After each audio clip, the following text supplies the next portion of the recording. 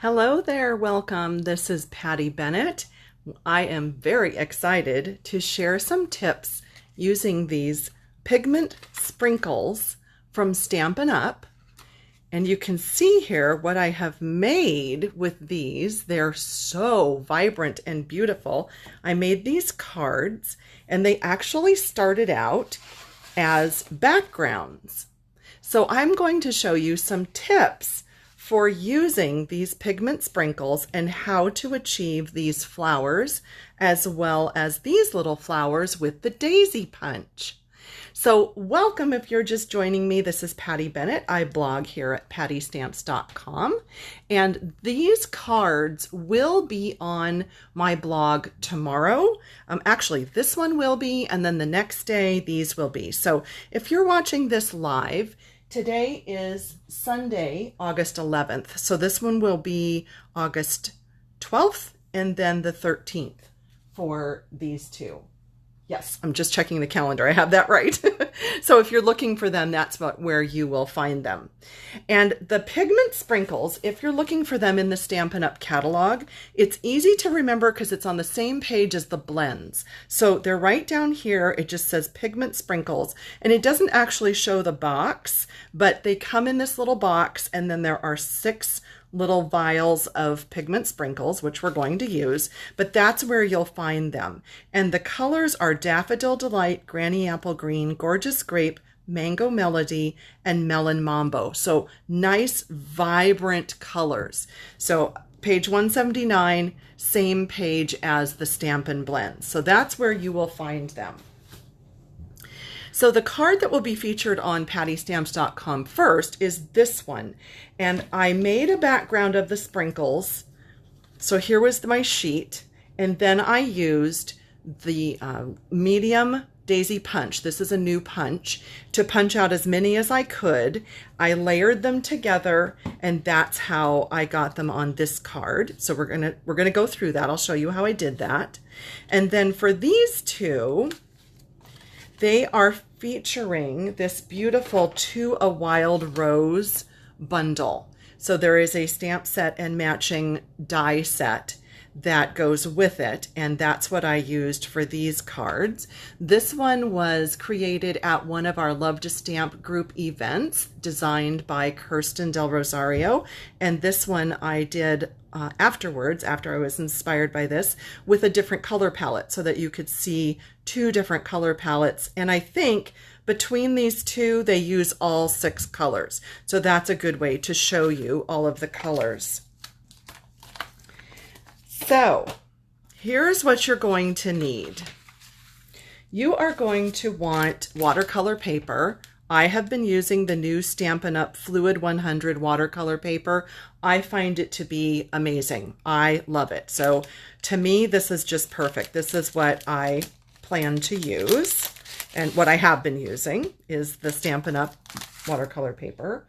You will want a Stampin' Spritzer or some kind of a water spray bottle. And then, of course, the sprinkles. So they come in little containers like this. And they really are not messy or complicated. However, just opening these causes some of the little sprinkles to kind of get on your fingers and whatnot. So if you want to use rubber gloves, you can. And I am going to just go ahead and do that. It certainly doesn't matter either way, but it will wash off eventually after probably your shower in the morning, not just one washing of hands, but I just prefer to just not get it all over my fingers. Now, I'll make a couple of backgrounds like this to show you how the pigment reacts with the water, but I wanted to show you that you can stamp your images first if you want to, and then do the sprinkles. And this one came out really dark, and this was my reminder to tell you that a little goes a long way. So that's just something to keep in mind. So if you want to stamp your watercolor paper first, you will want to use Stays On ink because that is permanent and will not run when you introduce the water. If you want to just make a background first and then stamp on it, Then you can use absolutely any ink you want to, and I generally tend to use Memento, but it doesn't matter. You could use a color, you could do whatever you want. So let's first just play a little bit with this, and I want to show you a tip. I am using an extra plate from the Stamparatus. You could use a glass sheet, you could use even cardboard wrapped in plastic, just something that you can get wet. I didn't want to use a huge thing because it's going to reflect all back up in the camera. So this is almost the size of the paper, and that's why I'm using this. But here's a tip. You want to take your spritzer. I see I've actually got some little sprinkles on here because I was using this. But you want to get this wet, whatever slick surface you're using, you want to get that wet. Lay your paper down, let that soak a little bit. Then when you spritz this, it won't curl all up. So it's just a tip that watercolor artists use for this type of, any type of watercoloring where they want to get their paper wet, but they don't want it to curl. Now I'm going to move my finished cards because I don't want them to get sprinkled.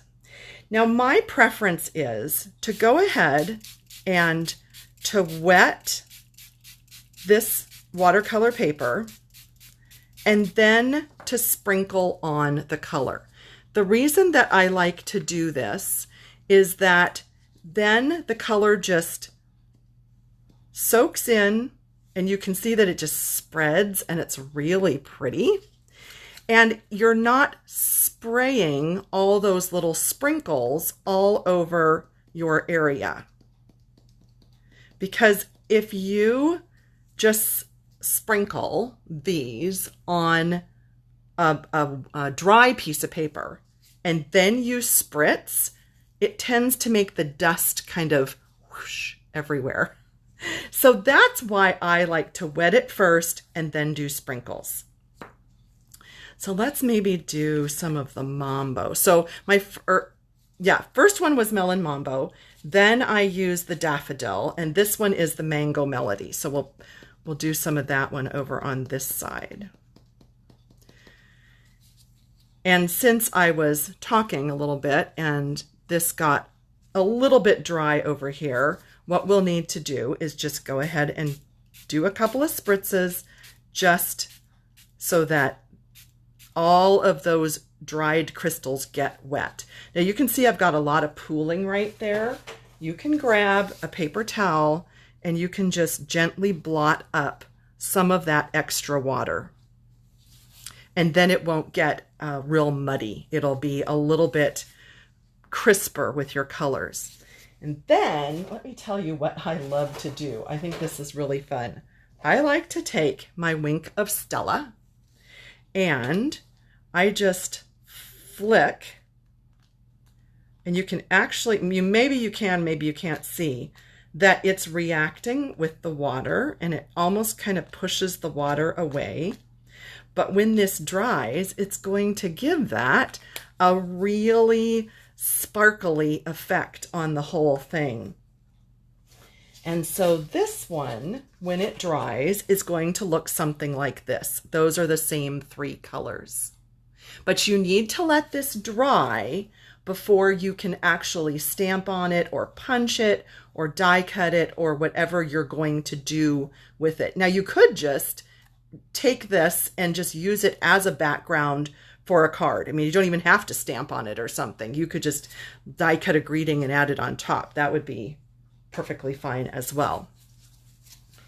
Now I'm going to remove this piece, and this is kind of funny. I just have this, it's a lasagna pan from the dollar store. They're 50 cents at the dollar store. So I'm just going to lift this up and I'm just going to set it in that to dry, because I need to show you something else on here. So I want to get that wet piece off of here. And you can put it on whatever you have handy. You could put it in a box lid or whatever, but that's what I was using. Okay, so you know what? I need more water, so this gives me an opportunity to show you this fun tip. This is a hair color applicator. I got it at Sally Beauty. You can get it usually at any beauty supply store. I keep it on my desk, one with water, one with alcohol, and it makes it super easy to fill your Stampin' Spritzer. Some people are blessed to have a sink right in their craft room. I don't. So rather than getting up and going into the bathroom or into the kitchen, then I just have that handy. So that's what I do. And again, spraying this acrylic plate so that when I put water on this, then the color won't spread. So I wanted to show you, if you wanted to do what I'm doing here, where I stamped first with stays on, and then I'm going to add color. So let's try the Gorgeous Grape. This way, you can sort of control the color a little bit more. And what I'm trying to do is get sort of a darker center and then some of this mambo around the outside. And then we'll give it just another spritz just to get that to spread a little. And that way, as that soaks in and spreads, you kind of have controlled where that color went. Instead of just a big abstract background, you can sort of get it to go where you want it to go. So that's just a tip for you there. And then the other one I thought we would try is, I stamped the peacock, and I thought we would do that with the blue and the green.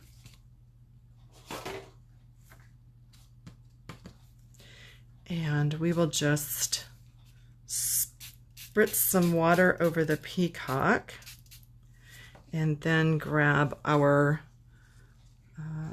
Bermuda Bay. And let's try that by the body. And a little bit goes a long way. And I know some people have said that they've covered 2 out of those 3 holes, but I found that I really don't need to do that. I'm fine with the color coming out of all 3 holes. And then the green, it's funny because when you actually, I'm going to put it right here so you can see, when you sprinkle it out, it looks like you accidentally grabbed the orange, but you can see as soon as it hits water, it turns green. So don't be alarmed. Don't think that you bought the wrong thing or got the wrong thing in your order. So let's see. I think that's going to be pretty. And you can even take your aqua painter or your Wink of Stella and just sort of move that color a little bit around. I think that's going to be really pretty. And we'll soak up a little bit of this extra. And I think when that's die cut, that is going to be gorgeous. Isn't that fun? I think that's pretty amazing. So that's the peacock. I'm just going to see if my comments sort of disappeared. Hang on here. I can't do like 3 things at once. Take my gloves off and move this out of the way and check and see if you had any questions, and we'll go back to those cards. So okay, I don't know why my comments have disappeared.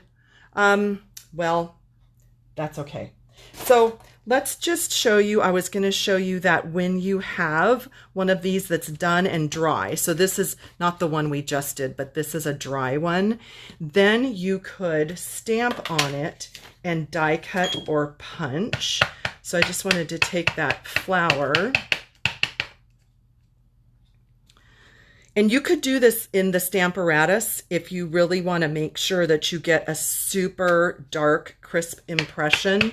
I found that it's pretty good if I just keep my Memento ink inked up and stamp. It's pretty good and crisp. And so then I can die cut that with my Wild Rose dies.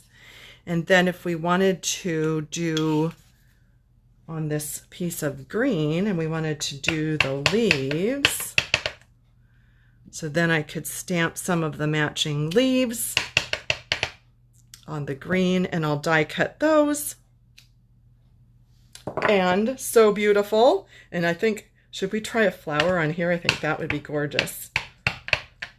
And I bet that's going to be beautiful right there. Oh yeah, look how pretty that one's going to be. That one's going to be amazing.